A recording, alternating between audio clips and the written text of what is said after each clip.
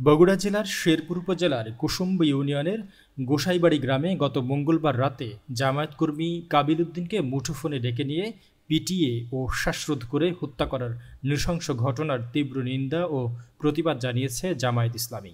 বুধবার এক বিবৃতিতে জামায়াতের সেক্রেটারি জেনারেল অধ্যাপক মিয়া গোলাম পরোয়ার এ প্রতিবাদ জানান।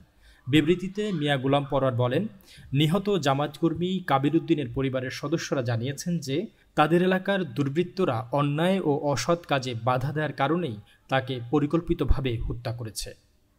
তিনি আরও বলেন, এ ঘটনার সুষ্ঠু ও নিরপেক্ষ তদন্ত করে দোষী ব্যক্তিদের আইনের আওতায় এনে তাদের বিরুদ্ধে দৃষ্টান্তমূলক শাস্তির ব্যবস্থা করতে হবে।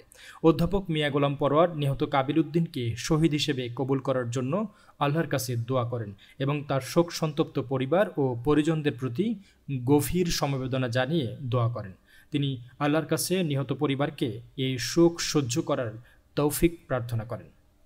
নিহত কাবিল উদ্দিনের হত্যার ঘটনায় স্বেচ্ছাসেবক দলের এক নেতাকে আটকের পর গণধোলাই দিয়ে পুলিশে দিয়েছে স্থানীয় জনতা।